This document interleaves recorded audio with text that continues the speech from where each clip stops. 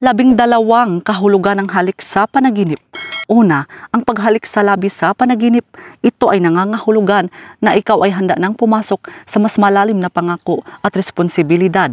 Pangalawa, ang paghalik sa pisngi sa panaginip. Ito ay nangangahulugan ng katapatan, respeto at paggalang sa isa't isa. Pangatlo, ang paghalik sa noo sa panaginip. Ito ay nangangahulugan na hindi ka masaya sa ginagawa mo at ikaw ay napipilitan lamang. Pang-apat, ang paghalik sa kamay sa panaginip. Ito ay nangangahulugan ng katapatan, paggalang at kaginhawaan. Pang-lima, ang paghalik sa paa sa panaginip. Ito ay nangangahulugan na ikaw ay mapagkumbaba at marespetong tao. Pang-anim, ang paghalik sa dibdib sa panaginip. Ito ay nangangahulugan ng malalim na emosyon o pagnanasa. Pang-pito, ang paghalik sa tiyan sa panaginip. Ito ay nangangahulugan ng pangangailangan para sa emosyonal na kaligayahan o bagong simula. Pang-walo, ang paghalik sa liig sa panaginip. Ito ay nangangahulugan ng pansamantalang kaligayahan o pananabik na hindi nagtatagal.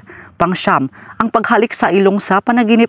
Ito ay nangangahulugan ng pagkakaintindihan at malalim na koneksyon sa ibang tao. Pang-sampu, ang paghalik sa braso sa panaginip. Ito ay nangangahulugan ng pangangailangan ng suporta o protection mula sa iba. Pang-11, ang paghalik sa tainga sa panaginip.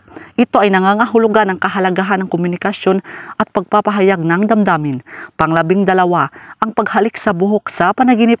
Ito ay nangangahulugan ng pagpapahalaga at pagmamahal sa isang tao. So yun lang po mga kaibigan. So please do subscribe and hit the notification bell para ma-update po kayo sa susunod na mga videos. Maraming salamat.